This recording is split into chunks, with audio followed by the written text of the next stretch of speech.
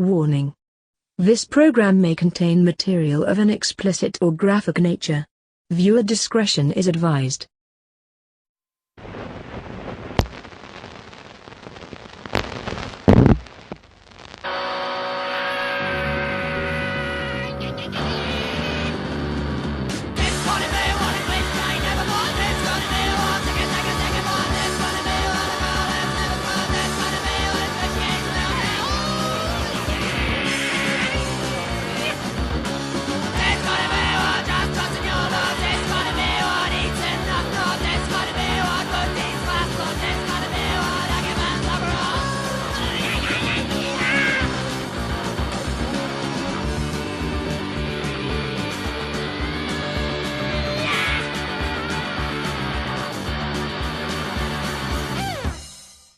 Broadcasting undead from the B ward, this is Mortem. I'm Don. And I'm JD. This week, we got horror news again. We got horror news. No guests this week. Nope. Back to the old format. Back to the old format, and today we're going to give you our top 5 elderly characters. The old people. The old people. Sometimes the old people can be more terrifying than the babies. Like in the Enter Sandman video, that scary old guy. Yeah. Yeah. Terrible. Yeah. He's not on my list because that's not a horror movie, but that guy's fucking scary. He is very I still have nightmares about that guy sometimes. All right, but before we get into our top 5 elderly characters, we're going to give you a little bit of horror news.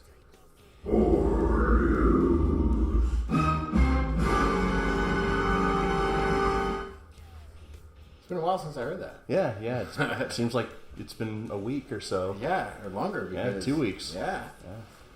I can't remember things more than like 2 days, so I forgot we had that sound effect. So, I'll start us off this week. Okay. I actually have a little bit of horror news suggested by a listener. Really? Casey in Oregon gave us our transformations. Yeah. He sent me some news about an upcoming movie. The subject of the email said, Roddy Piper versus Cthulhu. Okay. Which had me intrigued. Is that the movie? It's something like that. So, it's there was a short film. He sent me the trailer. It was pretty awesome. It's called Portal to Hell. Okay. It was a short film starring the late great Roddy Piper, not from They Live. It's Cthulhu Lovecraft based, and now they're making it into a full length feature with someone other than Roddy Piper. The problem is Roddy Piper passed away. Yeah. So he will not be reprising his role in the full-length feature, unfortunately. Unless it had like a hologram like they did with Tupac. Yeah, or G.G. Allen at Coachella. Really? Yeah, hologram G.G. Allen at Coachella throwing shit at people. That's awesome. No, it was one of those fake news things. Ah, shit. I don't pay attention to anything that goes on things like Coachella, so me neither. That would have been awesome. Fuck. Yeah, hard times. Pretty funny. You should do that for your show. You have a hologram G.G. Allen? Yeah. Or just throw shit at people. So, I saw this trailer, and I'm looking forward to seeing it. I was looking forward to seeing it more if it was Roddy Piper. Right. But, if they have that idea, I'm sure they'll come up with another good idea. Yeah. Bruce Campbell versus Cthulhu. Brutus the Barber Beefcake versus Cthulhu. Strutting and clipping. Marty Jannetty versus Cthulhu. Yeah, he needs to work. Yeah. What do you got this week? I just read today that a new Night Stalker movie is coming out, starring Lou Diamond Phillips as Richard Ramirez. Wow, he looks a lot like him. Yeah, that should be pretty sweet. Yeah, and it's it's making the film festivals this summer, and then they're gonna try and get a distributor for it. But the movie's gonna deal with Ramirez's childhood, his crimes, and the efforts of an attorney to exonerate a man who was falsely accused of murders that Ramirez committed in Texas. What about all the endless hordes of women that are in love with him? Well, if it deals with anything post, I'm guessing that's probably going to be in there. Yeah, probably. Crazy bitches. Yeah, it's weird, there's plenty of good guys out there trying their best, but bitches want the serial killer. Yeah, fucking Ted Bundy got love letters in jail, like, weird shit. But Doug Jones gets our love letters? Yeah, he does. He deserves them, though. He does deserve them. Right. I'm interested to see Lou Diamond Phillips play the Night Stalker because he does look like him, and this isn't his first foray into satanic serial killer horror movies. He had the First Power, and he's done a couple others where he's usually the cop, but he's always kind of like had his toe in that genre. It would be good to see him jump all the way in. It'd be pretty sweet. Mid movie, he busts out into La Bamba. As he's shooting people. Die! Yeah, so... Well, I'm anxious to look forward to that. Night Stalker, there's not a lot of good movies depicting Richard Ramirez. There's some really shitty ones. That's what I'm saying. There's not a good one. Oh, actually, something else that I'd read on there. In California, it's going to be debuting in a film festival that happened in the town where he committed most of his murders. Wow. Yeah, down by Santa Ana. So ambitious. Yeah, that's gutsy right there. Well, they're going to get press, that's for sure. Yeah, for sure. Well, it kind of ties into your Night Stalker movie. Have you ever seen the H.H. Holmes documentary that's on Netflix? Oh, yeah. Yeah, great documentary. Amazing, right? Yeah. Well, there's a book, too. It's called Devil in the White City. They're developing it now into a movie. Is that the one where they were trying to get Leonardo DiCaprio to play He him? is confirmed. He's confirmed. Leonardo DiCaprio will be playing Herbert Webster Mudgett, a.k.a. H.H. Holmes. That's America's first serial killer. That's awesome. So it's going to be called The Devil in the White City.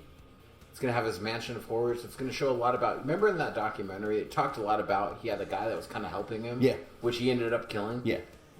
It's going to talk a lot about the relationship between those two and him helping him. Nice. With his mansion of horrors. Yeah. With the secret doors and rooms and...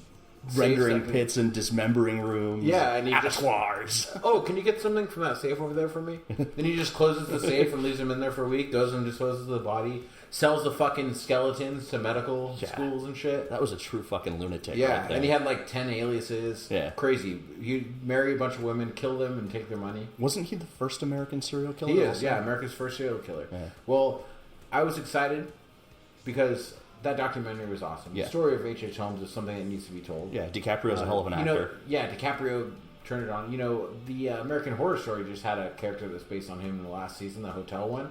Really? Not as good. Okay. It was that Evan Peters guy. Okay. But he did okay, but... He was the ghost in the first season, right? Yeah, I'm not too into the American Horror Story. After Coven, I stopped watching it. Coven was stupid. This one's better than Coven, but... Yeah, I didn't even get through the season, but...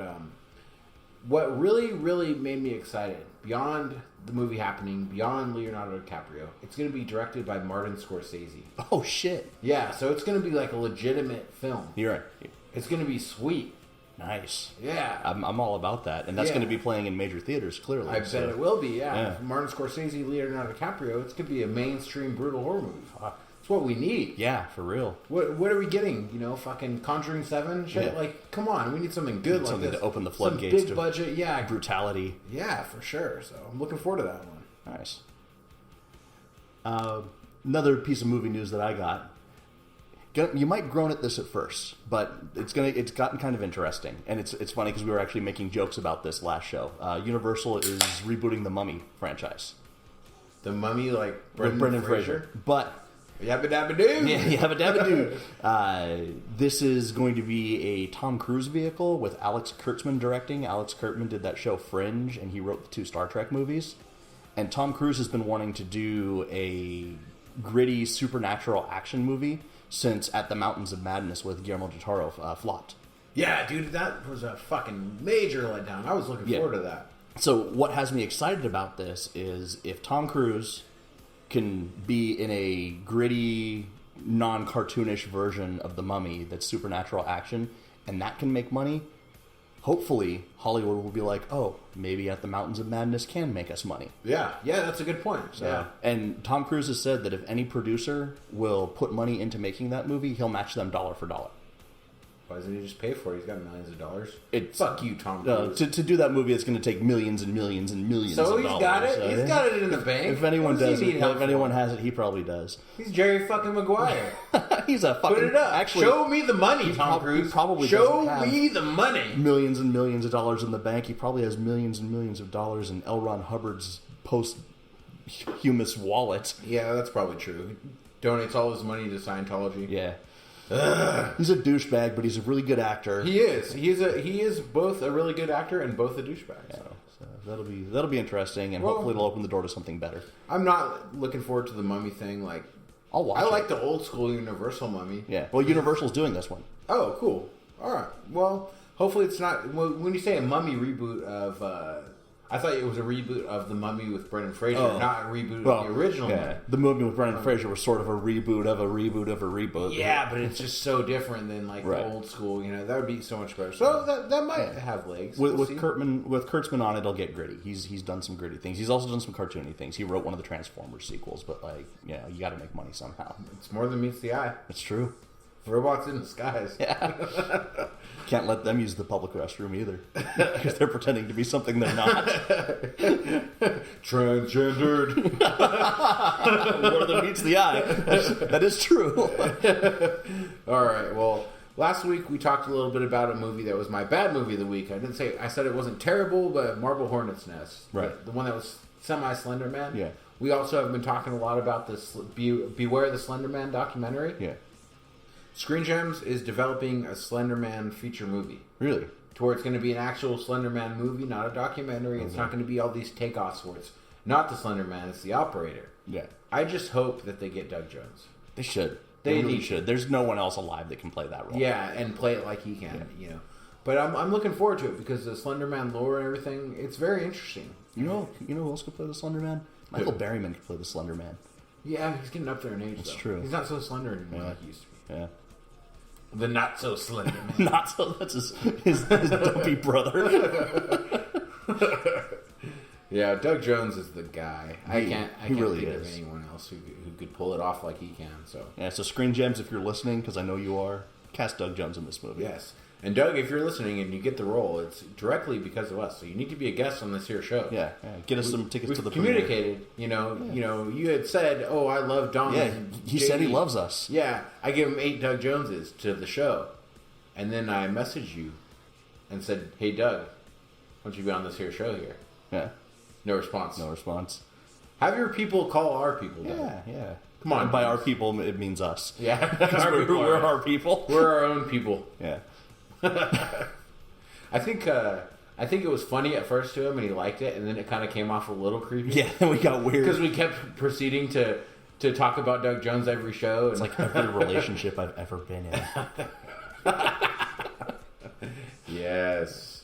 So I have a piece of news that I'm excited as fuck about. All right. And I'm going to try and make it to see this. It's going to be expensive, but on October 25th at the Ace Theater in Los Angeles, Bruce Campbell is hosting Evil Dead in concert. They will be showing the original Evil Dead film with a live orchestra playing the film's score conducted by composer Joe LaDuca. Awesome. Yeah. You can go to acehotel.com to get tickets. They're $26 to $76 depending on where you want to sit. That's not that bad. Yeah. I mean, the $76 one right in the orchestra pit probably, but that's going to be goddamn awesome. I actually, I don't know the year, maybe about 2003, 2004. Mm-hmm. I actually went to a screening in Santa Cruz of Army of Darkness, and Bruce Campbell hosted a panel. That's cool. They had him, the girl, who's a terrible actress, by the way, in that movie. Yeah. And I think Sam Raimi was there, too. Nice. And after the movie, he sat around and answered questions and stuff. He was really cool. Nice. It didn't say he's going to do anything like that, but I bet he would. He seems to really like the fans. He probably will, yeah. And I'm a huge fan of the original Evil Dead score. I have the Evil Dead trilogy CDs, of the scores for all the movies. Yeah. Cool. And my album that I just released was actually very heavily influenced by Joe LaDuca's work on that, like his work with the pizzicato strings and the weird crashing sounds and all that. Yeah. I used to just go to sleep listening to that album and have weird ass dreams in the process. One night it made you who you are today. Yeah, exactly. One night I did a bunch of disassociatives and I couldn't get to the radio or the stereo to turn it off, and it was on a loop, and it just looped for what seemed like 7 days, and it's all burned into my brain now. But it would be really cool to hear that live, especially with the original composer there. Yeah, I'm looking forward to it. Maybe we'll take a little post-mortem road trip. Yeah, that would be awesome. All right, you guys. Well, that's it for this week's horror news. We'll be back after a quick word from our sponsors with the good movie and the bad movie. It's a real bad movie this time. Oh, God. I'm excited. Hi, thanks for listening to the Postmortem Podcast. If you want to support us, go to our website at www.postmortemshow.com and click the Amazon link. By clicking on the Amazon banner, Amazon will give a small percentage of the purchase price of your item back to the Postmortem Podcast at no additional cost to you. That's right. It doesn't cost you any money. We get money. You want us to keep doing this? You want more Doug Jones talk? You want more dick and fart talk? I don't care. We're gonna do it. Fund our filthy, filthy habits. Yes, and they are many and they are fast. And most of them aren't legal. Yes. Click the banner. Just do it. Come on, don't be a dick. Give us money.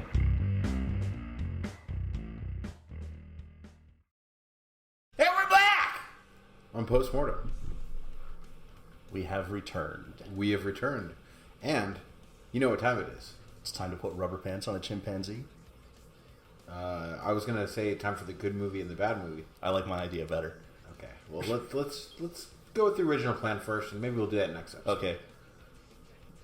It's time for the good movie. And the bad movie. So, you have pre-warned me that you have quite a stinker. I have a fucking awful movie. Okay, so do you want me to go first then? Go ahead. All right, so this week, my bad movie, streaming now on Netflix. Have you heard of a movie called Ava's Possessions? Yeah, I saw that when I logged into Netflix last night. Yeah, so 2015, written and directed by Jordan Galland, and starring Louisa Krause as Ava. I actually heard good things about this being a new horror comedy. Okay. That's the way they present it. Okay. It says on the little, you know how Netflix has the little genres? Yeah. It says like dark comedies, horror, comedy. So I was expecting some laughs. I was expecting some horror. I got neither. Oh, shit. That's a letdown. That's like horror comedy blue balls. Yeah, it's and it's weird because I've saw people putting it over like on Facebook and stuff, you know, saying good things about It's it. probably like the director's mom. No, it's just people I know even. Really? And to me, it just didn't entertain me. It didn't grab me. I was waiting for it to be over. I was 45 minutes in when I looked and said, "Oh, how much longer do I got to sit through this fucker?" It was only 45 minutes in. Oh, shit. But to give the movie the benefit of the doubt, I do watch it till the end when we review these movies, even if it sucks, because what if it brings you back? What if there's something redeeming about it? You know, could be a bad movie, but have a really good scene. Yeah, or a strong ending. Just give me a couple extra points, you know, on my rating and everything. So I like the premise of this. So it starts out after an exorcism. She's already had an exorcism. Okay. And that's when the movie starts. Okay. She's trying to piece her life back together after being exorcised. Exorcised? Yeah, that's the right word. Okay. It's exorcised instead of exorcised. Okay, well. You ever seen that movie Repossessed with Leslie Nielsen? Yeah, fuck yeah, that's Repossessed. a great movie. Devil in a blue dress, blue dress, blue dress. I gotta show that to my kid. Yeah, that's a good one. Yeah. So, it's about what happens after the possession ends. It's a good concept. You know, normally the movie takes place during the possession. Right. How are we going to get the demon out of her? Demon's already gone. Yeah. Demon's left a trail of devastation in its wake, basically. Okay. So that's a cool idea. Yeah, it's a good concept, and so I wanted to give it a chance. So she goes up to people that she hurt or freaked out, you know, because she has to go to like an AA for people who have been possessed. I was gonna say that totally sounds like a 12-step. It's like it's like a 12-step, like an AA, NA kind of thing that she has to go and apologize to these people and ask them what she did. That's a good idea. It is. All that's a great setup. Like it was at the beginning, I'm like, okay, and it was a little quirky, but it kind of came off like a little bit like hipster-ish. Okay. Like it was trying to be too fucking clever for what it was, you know? Oh, like one of those stupid-ass hipster indie comedies? Yeah, you know what? It's kind of like if they came out at like in a Lonely Island way. Okay. You know, if it was like that would be awesome. Right. You know, but it didn't come off that way. It came off kind of serious, but like, oh, look, we're funny because of like this, Michael Cera should have been in the movie. Yeah, basically, yeah. So there's a major lack of action. I did not laugh once. I did not laugh out loud once. You know, when she went to the AA, like the setup, the AA, but it's called something else because it's for demon possession. Right. That was the only time I was like, oh, that's kind of funny, you know. But I didn't laugh out loud at all in this movie. And some stupid fucking music hallucinations where they're like, there's a band of reverends playing and shit, and they're trying to make a music video about her to capitalize on her and shit, and it's stupid. Like I said, I would have turned it off if I wasn't having to review it. I had already invested too much to watch another bad movie this week. Right. You know? I don't want to. I'm not trying to torture myself with these bad movies. Don't have to. I'm trying to warn the listener against it. So if this pops up on your Netflix, You can take what I say with a grain of salt. You can check it out if you think that you want to subject yourself to this fucking... I was actually thinking about watching it tonight, but maybe just jerk off instead. Yeah, that's probably a better... Yeah. Just, what you should do is drink a whole bottle of NyQuil and then start to beat off. see if I can beat the clock. See if you can beat the clock. And either way, you win. Right, that's true. Either way, you're the winner. Fuck, I'm going to wrap a belt around my hand, too, so I can't feel it. That'll be a great game. The Stranger, when you sit on it. Anyways, backwards. Get back. It was extremely boring. Had no redeeming factors. IMDb gives it 5.5, which I think is over. What's our rating system this week? Oh, fuck. We haven't came up with a rating system. Our rating system is The Strangers. No, we can do better than that. IMDb gives it 5.5. Okay. We were talking a little bit about The Stranger. Yeah. You know, but the NyQuil being So granny handjobs? Yeah, granny handjobs. Since we're talking about old people. We're talking old people. I was going to say geriatric strangers, but let's say granny handjobs. Granny handjobs, okay. Two granny handjobs. That's good. Knock that one out of the park in the third inning. Just like you know how when grandma bakes a pie, it's just better than anyone else because only grandma can do it so good. Right. Just like a granny hand job. That's terrible. Oh God. Two granny hand jobs. All right, I'm almost at a loss for words on that, but not quite, because my movie is a real fucking stinker. You should cue up that sound effect that I gave you so that when I'm done you can play it, because this movie deserves its own sound effect. It's so bad. My bad movie, is The Exorcism of Molly Hartley. I also had seen that, and it seems like so much of a fucking... You guys, come on. How much money did they spend to make this movie? Seriously. At least $1 million, $2 million? What the fuck? Why do they keep doing this? With a few minor exceptions, one of which I'm going to talk about later today, this show, any something of someone movie is generally going to be a piece of crap. I like Exorcism of Emily Rose. That one's one of the exceptions, and I think that's the one that kind of started the trend. And there's Oh, I know what you're going to talk about. I will be talking about that too. We're going to have some guaranteed crossover. Okay, cool. Yeah, well, that one's good. But The Exorcism of Molly Hartley, not a good movie at all. So the synopsis is, Molly, a successful businesswoman, commits a horrific murder on her 24th birthday. She reveals that she's been possessed by Satan since she turned 18 and is institutionalized. In the asylum, she encounters Barrow, played by Devon Sawa, who was Casper the Friendly Ghost. And he was also Sean in SLC Punk. Yes, he was. And he was Final Destination guy. And now Idle Hands. He kind of looks like a cheap Tom Hardy now. Yeah. Have you seen SLC Punk 2? Have you ever seen SLC Punk? I saw the first one, yeah. I didn't know Number 2 is awesome. Yet. Is it? Yeah. I knew it was coming out. Ghost of Harold and Bob. Yeah, it's pretty sweet. I'll check that out. And he's in it too. Anyways, but in this movie, he plays Barrow, who is a priest who was defrocked and committed after botching an exorcism that led to multiple deaths. So he's playing a serious role? Yeah. That's already got it. Nail in the coffin. At the urging of the institution's psychologist, Barrow performs an exorcism on Molly and in the process uncovers a satanic conspiracy that could destroy the world. Wow. This movie is fucking terrible. Yeah, I bet it is. First, Molly Hartley sounds like a porn star. No, it reminds me of like Calgary, Alberta, Canada ecstasy. Some sharpshooter ecstasy. some poutine ecstasy. So, for the possessed girl, Molly, no character is ever established. There's no nothing. It's just like, boom, here's a possessed girl. We're not given any reason to care about her or her suffering, and she just suffers. Like, why should we be interested in her? Yeah. The exorcist character botches an exorcism, watches his mentor die, gets committed, gets defrocked, and never once loses faith in God. The only crisis he has in faith is about 20 seconds long, where he questions whether his faith in God is outweighed by his fear of the devil, and then he's just like, fuck it, never mind. Like, there's no hero's challenge there, there's no reason to be interested in him. He's just like, faithful good guy the entire way through. The psychologist character is the most unscientific psychologist ever. Shit happens and she's immediately like, oh shit, this bitch is possessed, I need a priest. There's no clinging to science, there's no questioning her life's work, there's nothing to make her interesting.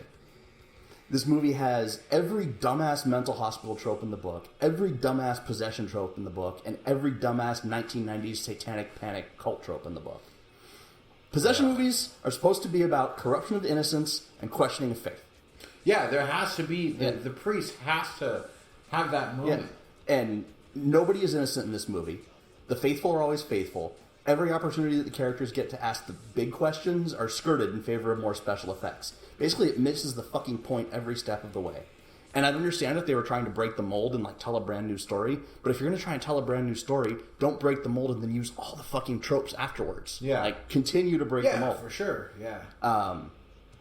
And if you don't know the character before she gets possessed, why do you give a fuck? Yeah. Like, at least like Emily Rose.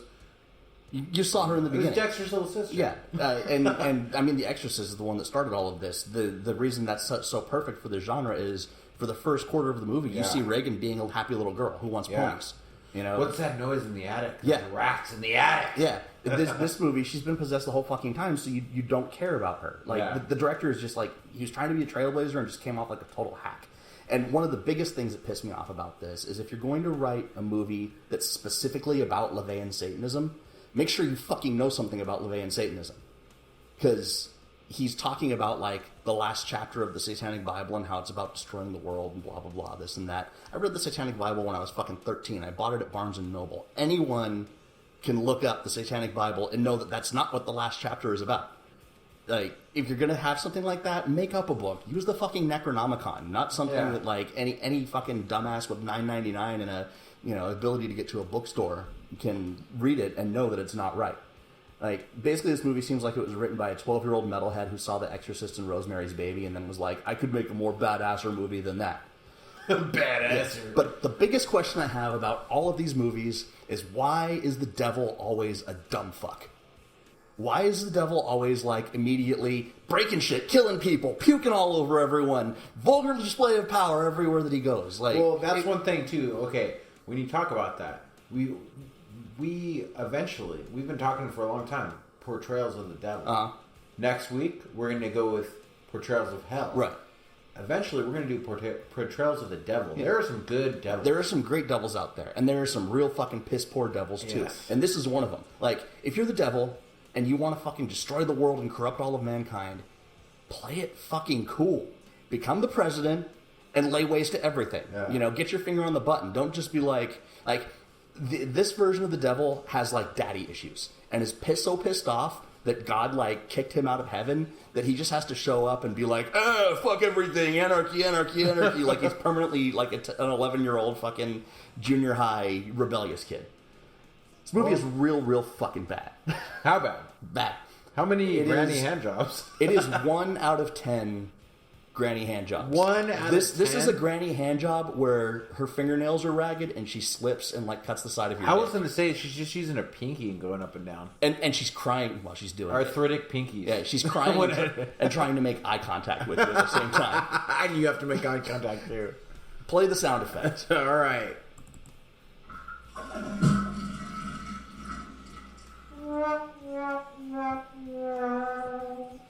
That's what I think about this movie.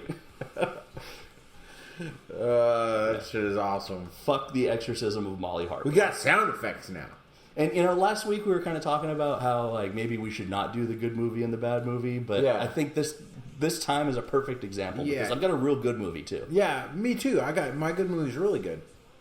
So, without further ado, should we just go there? Yeah, no more Molly Hartley. Okay, fuck that movie. So, I saw a movie I heard nothing about. I saw the picture, and it said 2016. And I'm like, maybe I'll check this out. Did no research or anything. And I'm glad I did. Okay. The picture is nothing like what the movie is. So, does it have Bill Moseley and Kane Hodder on it? No, it doesn't. That was also a good movie. My good movie is called Holidays. You heard about it? You seen it? Mm-mm. It's pretty awesome. Holidays like DAYS? Yeah. Holidays like days. Like Christmas. Okay. Yeah. So it's an anthology. I'm a fan of anthologies. Oh, yeah, A lot of short stories come together because, when you have a weak story and you go an hour and a half, 2 hours, it just gets weak. It's exposed. Yeah. Like, when really you go 15 minutes, it can be amazing. Yeah. I really like the first VHS movie. Like, that's a great anthology. That's good. The rest of them suck, but the first one's good. And I know people Hate it. I love ABC's of Death. Oh, ABC's of Death Some is of great, it's yeah. so good. Some of it's terrible. Yeah, But... I mean, that's a throwback to Trilogy of Terror. Yeah, like, yeah, it's- that kind of stuff, Yeah, so. it's stupid, but it's great. So this is an anthology of 8 short films featuring 10 directors. So there's a couple where they double up. Okay. But eight short films. Some have made a name for himself. Some we didn't care for, like Adam Egypt Mortimer. Remember we talked about that guy? Oh, yeah. That's some kind of hate movie that was one of my bad movies. Right. Another that we like some of his shit. Kevin Smith, who did Tusk, Red State, You know, Jane Silent Bob. people shit on Kevin Smith a lot, but he's done way more good movies than bad movies. I don't really care for much of his movies, like other than Red State and Yeah. Tusk. Like his horror movies are good. Yeah. You know, I like his comedies. Yeah, Did you ever see the Clerks cartoon? Uh-uh. That's fucking hilarious. Well, we're not going to. Okay. We're not going to Bakersfield Okay. to go meet Kevin Smith. Okay. no Kevin Smith in Bakersfield. No. So, like I said, I love anthologies. You know, if a part of it's shitty, you waste 5 to 10 minutes and not 2 hours of your fucking life. So, I had heard nothing about it. It's all about different holidays. Each little segment is a different holiday. Okay. Is there a Krampus segment? No. They go. It's all everything. None of them are obvious. Like the Halloween one is not what you would think. Okay. The Christmas one is not what you would think. Some of them are twisted in ways you don't see coming. Brand new, all short. I'm not going to give away a lot of plot because if I tell you anything about any of these short films, it's going to ruin it for you. Gotcha. When they're 10 minutes long, if I give you anything, I'm going to ruin the plot. Right. And the good part about all these little segments, the ones that are good, some of them are not as good, some of them are amazing. But you have no idea what's coming, and it hits you all out of left field. Nice. Unless you borrow it, you will enjoy it. Okay. So Is it on Netflix? no, it's not on Netflix. Not yet. I mean, maybe it will be, but it is on. You can stream it. You can buy it like on iTunes and shit like that. Okay. I'll have to wait 7 to 10 days. Some fucker in Honduras stole my credit card number. Got my shit shut down today. God damn it, Yeah. Honduras. Fucking Hondurans. if you're Honduran, I actually don't hate you, but find the guy that stole my card, and I'm gonna Liam Neeson him. So rather than giving you plot, I'm going to tell you what the holidays are. I'm going to rate those holidays. Okay. From worst to first. Okay. So I'm going to give you the worst one, the rating, all the way up to the best one. So first one is Mother's Day. I'm going to give it a 4. Okay. Out of 10. 4 out of 10. Okay. 4 out of 10 granny hand jobs. Okay. Father's Day, 5.2 granny hand jobs. Okay. Valentine's Day, 7.5. New Year's Eve, 7.7. Christmas, 8. St. Patrick's Day, 8.2. Easter, 8.4. And Halloween, 8.6. If you do the math, that's an average of 7.2 granny hand jobs. Nice. Someone needs to make a Martin Luther King Day horror movie. Starring Ice-T. I'll have a dream. It's like I said, it's 7.2 if you average it out. Not my highest rated film on Postmortem, but there is so much more good than bad here. Nice. It's worth a watch, and that's why it's my good movie of the week. We'll check it out. Martin Luther King Day. I have a nightmare. Fuck. We need to make that happen. That'll be the first post-mortem film. Yeah, that would be better than The Exorcism of Molly Hartley or any of these kind of fucking throwaway movies that they have. Yeah. You know? That would be way better. It would be a fantastic. How do they make... you know how they make their fucking money? We click on that shit on Netflix. That's how they make their money. Like, these movies are terrible. No one's going to buy that movie. Right. No one's going to be like, you know what? I need to go out. I love it so much. I'm going to buy the DVD. Yeah. No one's going to see it in theaters. Yeah. It's Hollywood Video, Blockbuster are dead. gone. Yeah. It's Netflix. Fuck you, Netflix. You're keeping all this shit going Yeah. by putting it on there because you can get it for cheap. Yep. That's exactly what it is. It's sort of it's like, you know, for like every 10 bad movies there is on Netflix, there's like one good movie. They need to have a Netflix that only has good movies. That would be fucking awesome. Right. You know, If you even have if it had less, if Yeah. all of the movies were good, that'd be fucking awesome. Apparently their DVD service has way more movies Yeah, than, it does. than Yeah. streaming, but who the fuck has time for that? Yeah. What's a DVD? Yeah, for real. All right. What's your good movie? My good movie was actually recommended to us last week by Nathan Hamilton. Grim Love? No. Which one? Dear God, no. Oh, you saw that? I watched it. I couldn't find it. I was actually going to bring you a copy of it, and I totally forgot. Okay. But so I'll get it to you. But this is the movie that is the first movie in the series that Frankenstein created bikers is Okay, part of. cool. The plot of this movie is that a psychotic biker named Jet and his gang of drug-addled miscreants, the Impalers, are raping and pillaging their way through life in the name of their vision of freedom. Their leave no witnesses philosophy leads them to stalk a young couple to the house of Dr. Marco, a disgraced scientist who is trying to find the missing link between man and ape, and his abused and withdrawn daughter, Edna, who turns out to be super hot. The bikers torment, rape, torture, and kill everyone at Dr. Marco's house. And they begin to uncover just how deranged he truly is and uncover the nature of his experiments. This leads to a bloody and brutal confrontation with the doctor's actual discovery, a mutated Sasquatch with murder on its mind. And in the end, we learn that it takes a monster to kill a monster, but who is the most monstrous? Like I said, this is the prequel to Frankenstein Created Bikers, and this movie really looks like it was made in the 70s. The film stock, the costuming, the sets, everything. Yeah, you said it was all a throwback to old exploitation. Yeah. I really, really want to see it. Yeah, it's great. The soundtrack is awesome. It sounds like music that was recorded in the 70s, that sort of like jam sound. And this movie is insanely violent. It has a huge body count. Nearly every character dies in the movie. Not all of them, but almost every character in the movie dies. For those of you who are triggered into bad memories by this, there's a really, really intense rape murder scene that kind of like turned my stomach a little bit because it was not played for laughs at all. Yeah. Lots of nudity in this movie. All practical effects in this movie. Every single character in this movie is a believable badass. Like, some of the acting's a little bit shaky, but it still works in context with this being an exploitation movie.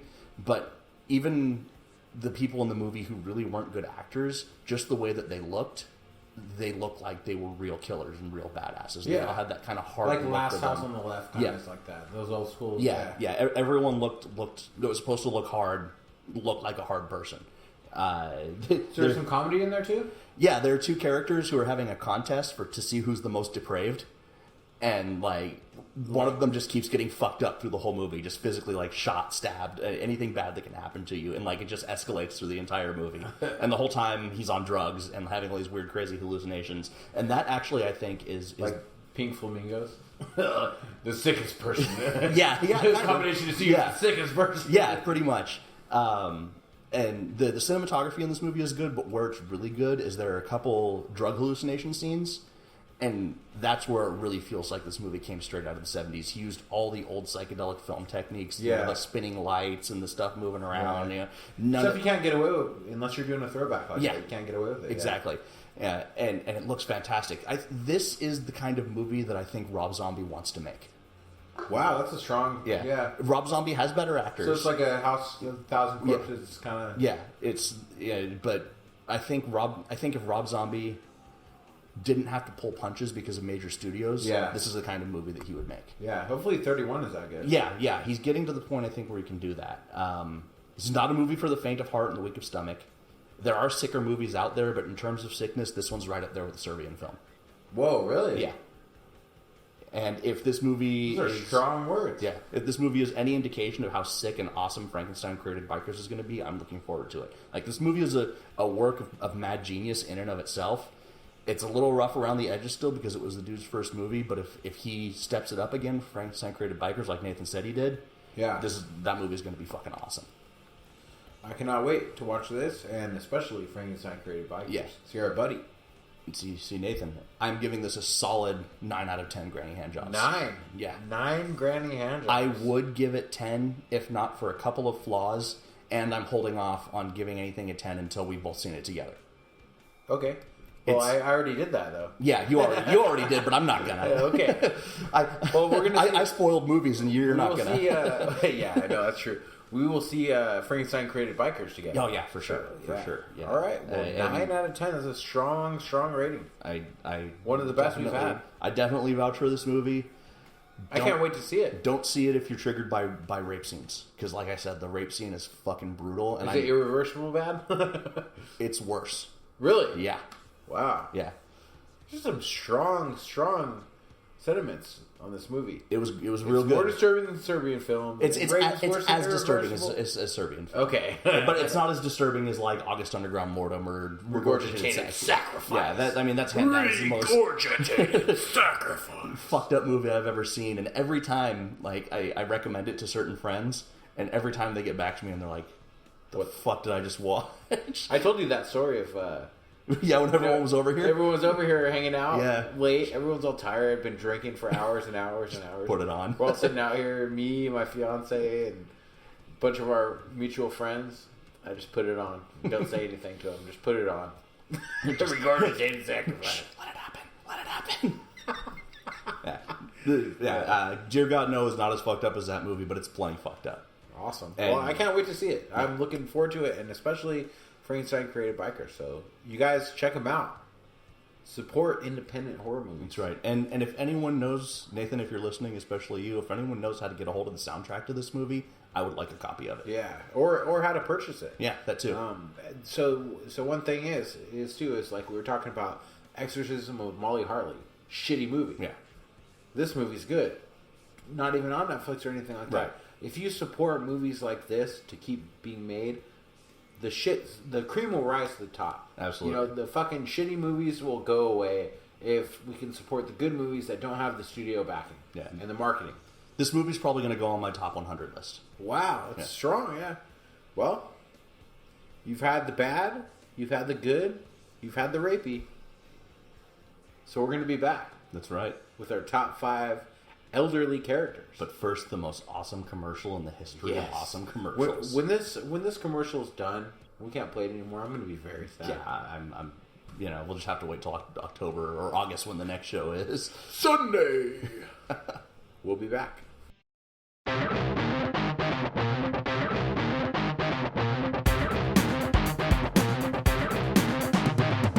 May 15th, coming to the Grannies. It's SenCal Professional Wrestling. Sunday, May 15th at the Graduate, 990 Industrial Way, San Luis Obispo, California. SenCal Pro Wrestling returns. Tickets are available at sencalpro.com.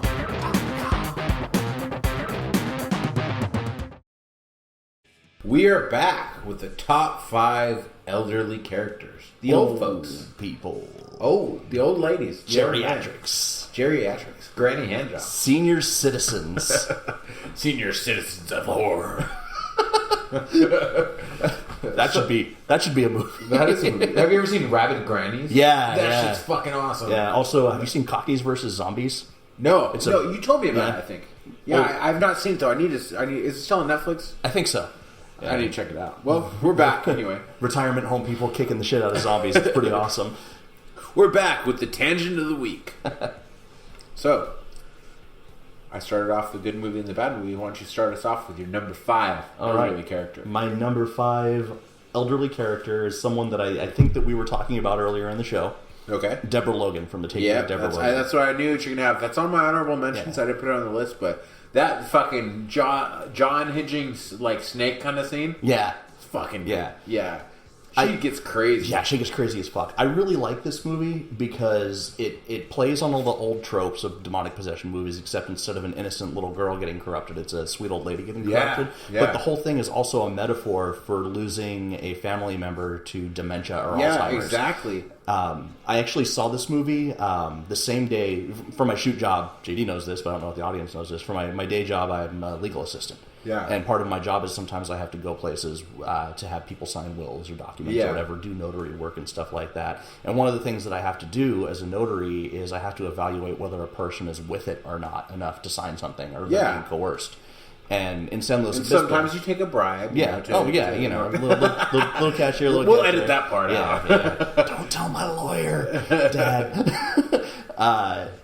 But the day that I saw this movie, I actually had to go to an Alzheimer's treatment facility that's in San Luis Obispo and go see the people there. Yeah. And I talked to this one interesting dude who was totally disconnected until you asked him about airplanes, because he used to build airplanes. Yeah. And he immediately snapped back and could tell you how an airplane was built, all the parts that go into it, what does what connects to what. Yeah. It was real weird. But then there are some people that are, so bad in the throes of what they have that they seem like they're possessed. They're just staring off into space and screaming and pulling out their hair and freaking out. And then I went home that night and watched The Taking of Deborah Logan, not knowing that it was about that. Before you get back, before you get back into the Taking, I'm not meaning to go on a Bakersfield style tangent right now. Quaver. You know what inspired this list? Why I said top 5 elderly. What is that? The other day, I was telling a story about when I was a kid. I used to be a good kid before I got in trouble and was a bad kid. I used to be a good kid, kind of like the bad movie and the good movie. Okay. I became the bad movie eventually. But I used to be the good movie, right? So I actually, when I was like in 2nd grade or 3rd grade, something like that, I volunteered at the Convalescent Care Center, which is a couple of blocks from my house in Lompoc. Okay. When I was a little kid. It's like an old folks home, but for like people that can't afford it, really, it's like a community, like a what do you call it, like a county facility. It's like the old people ghetto. Yeah, basically, right?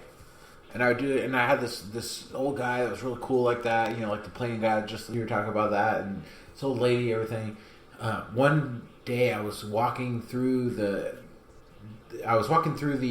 like mess hall kind of thing, you know, like it's kind of like prison or the army, where they got to line up. And, and this little old lady, I was walking by her, and I walked by her, and she grabbed me on my arm with like unholy strength and squeezed me with her bony fingers. Oh. And I turned around, and she was almost completely bald.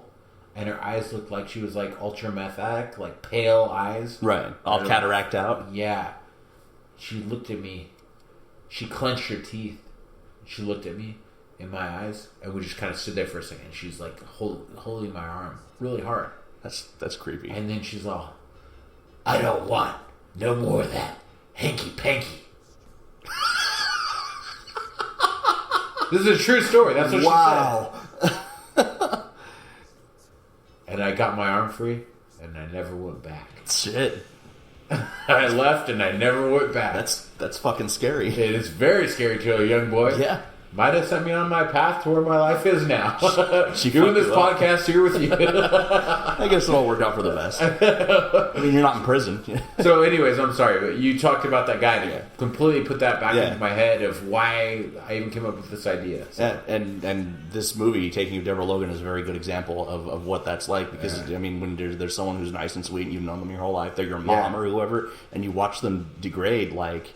Sometimes it could seem like there's a demon in them. In this movie, like this movie handled that issue in a horror format, but did it with sensitivity. Yeah, and was very good. And the actress that played her was so good.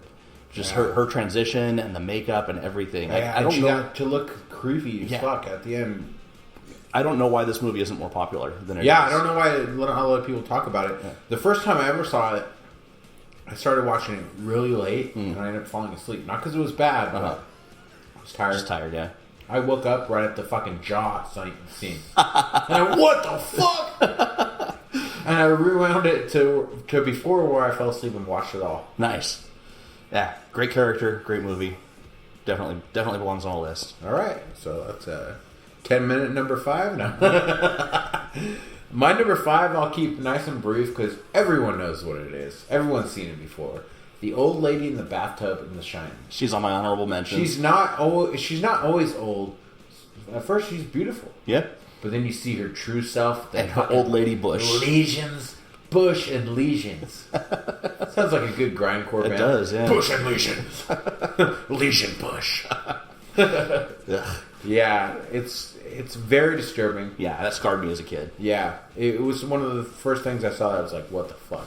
Stanley Kubrick is one of my favorite directors of all time. Yeah, great guy, great director. All right, what's your number 4? My number 4 was actually my number 1 on my top 5 heroes list, and that is Kinderman in The Exorcist 3. Okay, yeah. George C. Scott, fantastic actor. Patton in Kubrick's movies. Yeah. Fantastic actor. Good, wasn't Patton a Kubrick movie? No, I don't think so. Oh. Well, anyway, he's a great actor. Great old guy, great old family man, and The Exorcist, 3 was actually based on the sequel book to The Exorcist Legion. Yeah, you talked about that before, yeah. And Exorcist 2 doesn't exist. Yeah. So it should just be Exorcist 2. Plus the movie has Fabio in it as an angel. 3 is very slow to begin. Yeah. I remember trying to get through it when I was probably like 12 and just being like, oh, it's not as good. Yeah, when I first saw it, I was about maybe 13 or 14 when I saw it, and I didn't like it, but then I went back and watched it later because Skinny Puppy samples that monologue that he gives in the end when he basically exorcises the demon through the power of his own fucking rage and hate. Like, there's no going back to God for it. It's just like, my rage is more powerful than you fucking demon. And he's just so angry and bitter, but still caring. Yeah. And it's just such a great character. And I love his little monologue about the fish in his bathtub. all it does is swim back and forth in its eyes. I haven't taken a shower in a week. All right, well, my number 4, Sylvia Ganush. She's my dragged number me 2. to hell. That fucking old lady, Sam Raimi coming back strong, back to horror. Oh, yeah. Supposedly he was supposed to go all into back to horror. He said that. Like, Yeah. I'm going back to my roots, making horror movies. He made that one, he went back to fucking Spider-Fuck and all this Yeah. shit. You know, like, who gives a fuck, you Right. know, about that? Like, enough with the fucking bullshit movies, Sam Raimi. Come back to us. Postmortem needs you. Yeah, we need you, Sam. I mean, he's producing the show, and he directed the first episode of Ash vs. Evil Dead. Yeah, but, So, you know, yeah, we need more real movies. Raimi, yeah. And that fucking old lady in Drag Me to Hell. She's so scary. She is terrifying. When she's in the back of that car in the fucking parking garage. Yeah. Terrifying. And Yeah, when she, the like, teeth. her teeth get knocked out and she's gumming her and Yeah. shit. You can't get grosser than that. No, that's pretty nasty. She starts out sympathetic and then eventually you end up hating her. Yeah. Yeah. I have a theory that Drag Me to Hell exists in the same world as Evil Dead. And Yeah, the Lamia is basically a Deadite. Yeah. And you can see that, like, a lot of the same effects are used. Yeah. It has the same vibe. Yeah. But, yeah, she's this fucking terrifying old bitch. She's even attacking her before all the shit hits the fan. Even when she's dead, she's, like, rolling on her as a corpse. Yeah. Everything's just fucked up. You know, that Yeah. movie has a lot of deep layers to it, too, because, like, at face value, it's about, you know, being cursed by a gypsy. Yeah. But, like, if you really, like, look deep into it, it's also about, like, eating Corporate disorders America, and yeah. corporate America and denial of who you actually are and Yeah. fear of becoming old. Yeah. There's a lot of levels to that movie that, like... And I don't think it gets enough love. No. I don't think it's good. Yeah, it's a 'cause good fucking horror movie. It's got some silly parts, but it's a fucking Sam Raimi movie. Yeah. That's part of Sam well, Raimi's yeah, that's appeal. exactly. I don't understand people who are like, I love Evil Dead 2. I love Army of Darkness. Oh, Drag Me to Hell, it's bullshit. He's sold out. No. Yeah. He's sold out with Spider-Man. Yeah. You know, Drag Me to Hell is Yeah. pretty legit. I mean, that talking goat scene is fucking hilarious. Yeah. I don't care what anyone Yeah. says. Like, I was watching it with my you wife love at the you time. love you some talking goats. Oh, yeah. I'm You all know about that. talking goats. But that one, just the look on the goat's face and everything is just amazing. My wife, I was watching it with her when I was still married, and, like, she's like, this is stupid. That talking goat looks retarded. It's obviously blah, blah, blah, blah, blah. And like, that's when you signed your divorce. that's when I punched her in the face. All right, number 3. My number 3 is Helen Hill from a older movie called What's the Matter with Helen. Have you heard of this movie? Yeah. She's a repressed lesbian religious fanatic who runs a school for young actresses who want to become the next Shirley Temple. Yeah. And progressively through the movie, she just starts breaking down and goes fucking insane. Yeah. Great movie. It's what is that, like 60s, right? Late Something like 60s, that? early 70s. Yeah, it's a fucked up movie. Yeah. I bought a pack of VHS tapes back in the VHS tape days. You ever get those VHS tapes where, like, each one, they form a picture on the spines? Yeah. And it was like a horror collection. That was in it. Nice. And it was pretty creepy. I like that movie, yeah. Yeah, I love those DVD collections you get for $5 that have like 6 old-ass horror movies on them. Yeah, those are good, too. Yeah. But nothing beats those VHS days. Yeah. I mean, I wish...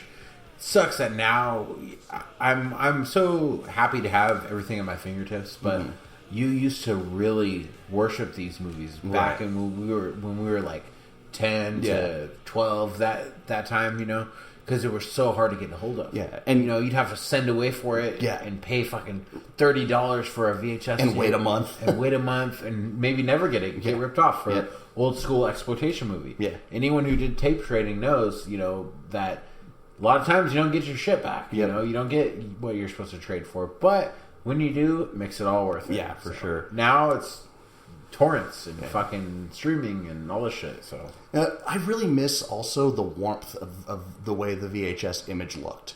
Movies like the one that I reviewed, Beyond the Black Rainbow, and even to some extent, Dear God No, still have that warmth and that look. And they've intentionally made it that way. But there's just something about that kind of not pristine grittiness, especially in horror movies. Like, it makes bad special effects look better, for one thing. Not to go on another major tangent in the middle of the top 5, but there's a movie that just came out this year called Dude Bro Party Massacre 3. Have I told you about that? No, that's a great title, though. It's the only movie. There's no 1 and 2, but it's a throwback to VHS. It's shot it's a square frame like VHS. Nice. On VHS style. It's the most ridiculous fucking thing. Nice. I'm gonna have to give you a copy of that because you will fucking love it. Do you know who Chris Seaver is? Chris Seaver? Yeah, he's a director. He owned a company called Low Budget Pictures, and then he sacked that company and started something called Warlock Home Video. And him and his buddies make low budget horror movies, and they shoot them on VHS hand cams. Okay. And make movies that look like they belong in that time period. And if you go to Warlock Home Video's website, you can see some of their stuff on there. I'll check it out. Like the movies are intentionally shitty, but they still have that warmth and that weirdness to them that you can't get anywhere else. My number 3 is probably the most obvious one that will be on anyone's list. Grandpa from Texas Chainsaw Massacre. Can't swing a hammer anymore. Can't swing the hammer anymore, but he sure fucking wants to. Oh, yeah. He wants to swing that hammer. And if you think you can see his eyes light up after he gets a couple of hits in. I know, and if you think about... John Dugan is the actor who played it. Did a great job. If you think about that world, if he's Grandpa, he's the start of all this. Yeah. You know, so all this fucked up shit that's happening, it's all his fault. Yeah. So he is the most evil, fucked up character. Not the hitchhiker, not Leatherface. He's the one. Yeah, he made everyone. He made him crazy. Yeah. And he's still trying to do it. Grandpa, age 147. He's literally rotting. Great character. I fucking love him. Very well played, especially because he's wearing such thick makeup that he can't even move his face. Yeah. And so he tells his story with his eyes and his body language. Yeah, he did really good. So, my number 2, the Judge from The Frighteners. Oh, I love it when they lie still like that. Yeah, that guy's good. Yeah, he's a ghost. Jumps into the mummy sarcophagus and starts humping it. Yeah, he's like, I love it when they lie still like that. His jaw's falling off. Yeah. He's constantly falling apart the whole movie. He is a ghost, but he's a ghost of an old guy. Yeah. So if you'll let it pass, I say he's an elderly character. He's elderly as fuck. Yeah. I love that guy. The Yeah. fucking Judge with the 6 shooters. Yep. Yeah. I just like that movie a lot. Like it's great. Yeah. It's very underrated. And I love it when they lie still like that. His face with his jaw disconnected and stuff when he says it, he's all happy. He's like a little boy in a Kennedy store. Yeah. I love the Judge. Yeah, and that's early kind of CG meets practical effects where it was still done right, like Jurassic Park style. Oh yeah, Frighteners is CG and shit, but it's good. Yeah. You know, it's not like it's CG because it's spectral. Yeah. Like Ghostbusters Yeah. is CG. Yeah. Ghostbusters still that library scene still fucking holds up. And you know? it's stop motion enhanced with computers. Practical meets digital. That's the way it should be. What's your number 1? My number 1, because we talked about this earlier, so this isn't me having a brain fart, but I had asked if we could do horror and exploitation, and you said that was cool. Okay. So my number 1 is Edie, or Edith Massey from Pink Flamingos, or pretty much any other John Waters movie. But specifically in Pink Flamingos because she's the old woman who thinks she's a baby, and she's obsessed with eggs and wants to fuck the Eggman. The Eggman! Every time I think of Pink Flamingos, I can't help but think of the fucking pulsating asshole. The butthole scene and the dog shit scene. Yeah. Oh, terrible. John Waters knew some interesting people.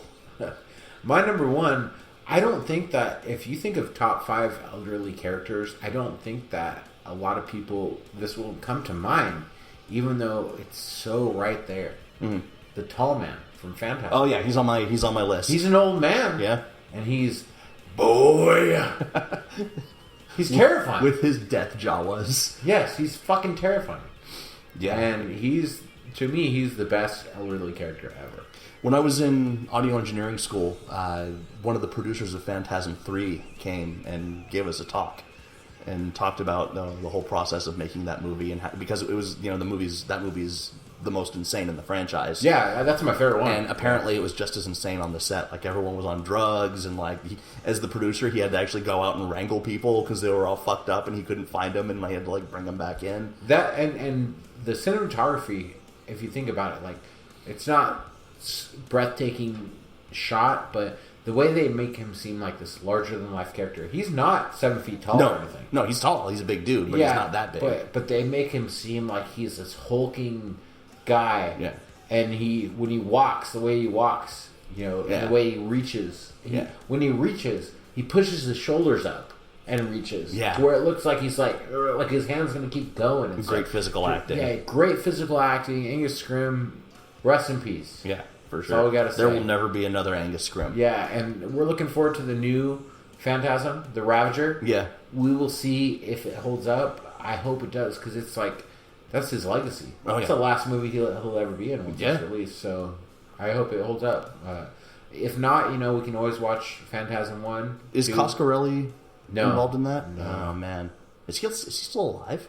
Yeah, I heard that he... I don't want to say the wrong thing, but I heard that he said that, it's okay, but I don't want my name attached to it or something. Gotcha. So, Oh, I'll still watch it. yeah, I will too, but nothing will ever touch to me Phantasm 3. It's No. the best. So. All right, you got some honorable mentions? I do. My first honorable mention was the tall man from Phantasm. Yep. And then the bathtub lady from The Shining. Yeah. Gladys from the movie Legion. Yeah, she's on mine too. Yeah. Fucking spider crawling up the ceiling. Yeah. And Doug Jones is the ice cream man. Yeah. In Legion, yeah. Yeah. 1 minute she's a sweet old lady, the next minute she's cussing and crawling up the walls. Yeah. And, just And the way her around. face looks. Yeah. Yeah, super creepy. Yeah. The Ullmans in House of the Devil. They're the family that lives in the house. House of the They're Devil, yeah. super creepy. Yeah. House of the Devil is one of the best horror movies to me that nothing happens. Yeah. Like, I still like it. I usually, when nothing happens, I get pissed. Yeah. I still like that movie. Yeah, because it, as opposed to a lot of movies where nothing happens, it constantly feels like something's going to happen. I think that the opening credits sold me to the way it was. Yeah. It was old school. Way It old was school. It made you think of, like, Suspiria. Yeah, exactly. And Yeah. that's a movie in the same vein as Suspiria, because not a lot happens in Suspiria either. Yeah. But you feel like someone's standing behind you the whole time you're watching and that you movie. feel, it takes you there. Yeah. So. The Grannies and Rabid Grannies. The old folks' home residents and Cockneys versus zombies. Old people killing zombies. Yeah. The fortune teller in the movie Black Sabbath. Okay, that's old. Yeah. Super creepy lady. Yeah. That's like the prototype for Sylvia Ganoush. Yeah. Mary Shaw in Dead Silence. She's Yeah. Dead Silence was a Puppeteer. so-so movie, but I like Dead she Silence. was a scary character. Dead Silence, to me, it was pretty good, but the end, the ventriloquism thing, that Yeah. looked really cool. Yeah. The music is awesome. Great music. Yeah. Yeah. Great music. Mary Shaw. Sorry, not Mary Shaw. Grandma in Flowers in the Attic. Yeah. That's not really a horror movie, but Yeah, it's it's classified fucking as horror terrifying. because what happens is horrific. Yeah. And Grandma is just such a fucking bitch in that movie. Yeah. I would not want a granny hand job from her. She'd probably rip your dick off. You're a sinner. Kick you in the nuts while she's doing it. Sandpaper on first. Yeah, for real. All of her diamond jewelry. Old Man Caldwell in Cabin Fever, the guy who runs the store. Yeah. What's the fox fish for? Oh, it's for the foxes. What's the gun for? Oh, it's for the N word. Yeah. And they all treat him like he's a racist. And at the movie, like the black people show up, and he's like, "Here's your gun." The Castabets in Rosemary's Baby. They're the creepy old couple they seem like they're a bunch of busybodies, but they're actually like hardcore Satanists. Yeah, they're pretty disturbing. And my final honorable mention is actually, in my opinion, the greatest old man of all time in horror cinema. But it's too obvious to put on any list. He would have been my number one if it wasn't so obvious. Father Merrin in The Exorcist. Oh, yeah. Max von Sydow playing the old-ass, still hardcore priest who has to take his heart medicine to go do the exorcism. Dies in the process anyway, spoiler alert. If you haven't seen The Exorcist, what the fuck are you doing listening to this? Yeah, if you haven't seen The Exorcist and you call yourself a horror fan, punch yourself in the dick. If you don't have a dick, grow one so you can punch yourself in it. Yeah. Or get the old-fashioned cunt punch. So what you were saying about the Neighbors, a lot of people don't like it, but Rob Zombie, had that little movie come out a couple years ago. Lords of Salem? Lords of Salem. I like Lords of Salem. I love it. The neighbor. The old lady? The old lady. Yeah. She's pretty sweet. Yeah. She wasn't on my list, but you reminded me of her right now when you're talking about Yeah. those movies. That's a good character. I totally forgot about her. So, my people, Herman Munster in Pet Sematary. Yeah. Yeah, all Fred down Gwynn. there. And South Park is famously, Yeah. Lampooning him. yes, making fun of him and putting him in South Park and shit. Patricia's mom from The Frighteners. Mm-hmm. Terrifying old lady. Yeah, another good scary one. I had Gladys from Legion also. Mr. Wing from Gremlins. Yeah. The Cellar of the Mogwai. Good old man. I had Mama Vera from Dead Alive. Yeah. She's elderly. For sure. Dr. Loomis from Halloween. Oh, yeah, absolutely. He's old. Yeah. Deborah Logan, of course. Night of the Demons. The first horror movie I ever saw was Night of the Demons. That I remember. Maybe I saw Friday the 13th first. I don't remember. But that's I distinctly remember watching that and being blown away and loving it so much. And it really spawned my love of horror. Mm-hmm. There's an old man that's yelling at everyone, calling the girl a slut when she tries to pick up. And then he has razor blades and candy. That's right. Yeah. He's going to put the razor blades in the candy. Fuck that guy. Yeah. Old man razor blades is what I put. Old man razor blades. Bitter old fucker. Then Kane from Poltergeist 2. Oh. That's who I thought you were going to say. Oh, yeah. Because that guy is a fucking creep. Yeah. That Gladys from Legion, she looks like a female version of him when she starts getting all happy. Yeah. That motherfucker Kane from Poltergeist 2. What was that little song that he sang? Like, God is in his holy temple or something like that? It was creepy. I don't got the lyrics, but... Then one that was on your minor characters, Crazy Ralph from Friday the 13th. Yes. You going to Camp Blood? And my last honorable mention is very similar to Sylvia Ganush. The Gypsy Grandma from Thinner. Stephen King's Thinner. Yeah, that one's good too. I cursed you. Thinner. That's awesome. You know who just came into my mind that should have been on my honorable mentions? David fucking Lopan. When he's the old man in the wheelchair before he has his transformation. Yeah. And he's all like he has the girl and he's like all trying to tickle her and he's like his skin looks like overcooked fried chicken. Well, the grandpa actually says Thinner. Yeah. And touches him, but the grandma's the one that gets hit by the car when he's getting a blowjob from his wife when he's drunk driving and Thinner. Right. You know? Yeah. So both of them, the grandma and the grandpa. So good list. Yeah, pretty good list, pretty strong. Yeah, and this was one I didn't have to do a lot of research on. I thought I might have. Yeah, me too. I didn't do any research. I just kind of thought about it. So, all right. Well, next week, last episode we had our guest Nathan Hamilton. We always take listener suggestions, and he's a listener. He technically is a listener, so we're not reaching very far. Because just today he emailed me and he said, "You know what you guys should do? Top 5 portrayals of hell." I'm down with that. Visions of hell is what he said. And he's going to send me his list. We're going to read it as our listener list of the week. If you guys got a list, a top 5 you want us to do, you send it to postmortemshow@gmail.com or send it to our Facebook. And we will do your list as well. Yeah, include your own. Yeah. Send us your list. You get an idea, you send us what your top 5 is. Put the subject matter in the Gmail. Put the subject matter of what the top 5 is and include your list in the body of the message because we will not read it or look at it till we read it on the air. So you send us your list with the subject, what you want it to be. We like it. We're going to do it. We're going to read yours after we're done. Join the ranks of Antoine, Casey, and Jeremy. Yeah, Antoine, Casey, Jeremy, and now our former guest, Nathan Hamilton. Yep. So I'm surprised I remember all those names. Maybe it's because I haven't smoked pot this week. Yeah, probably because I didn't even remember, and I don't even do that. But it's been another exciting episode. That's right. I feel a little tired. Yeah. Next week, I'm probably going to be real angry during the episode because I'm going into finals week. Yeah. So hopefully I can find another really, really bad movie to release my frustrations on. Anger is a sin. Yeah. You know that. That's right. You might just have to go to cinematic hell. Cinematic hell. I already have a good idea what I'm. Nice. And we're just doing on film, no video games. No qualifying. You know, it's a very niche category, so we're going to say portrayals of hell in cinema. It doesn't have to be horror; it can be anything. Okay. So.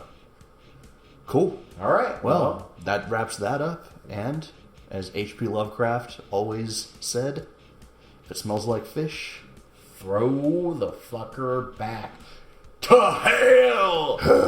That's gotta be kind. Where grannies give sandpaper hand jobs all day long. That's gotta be kind.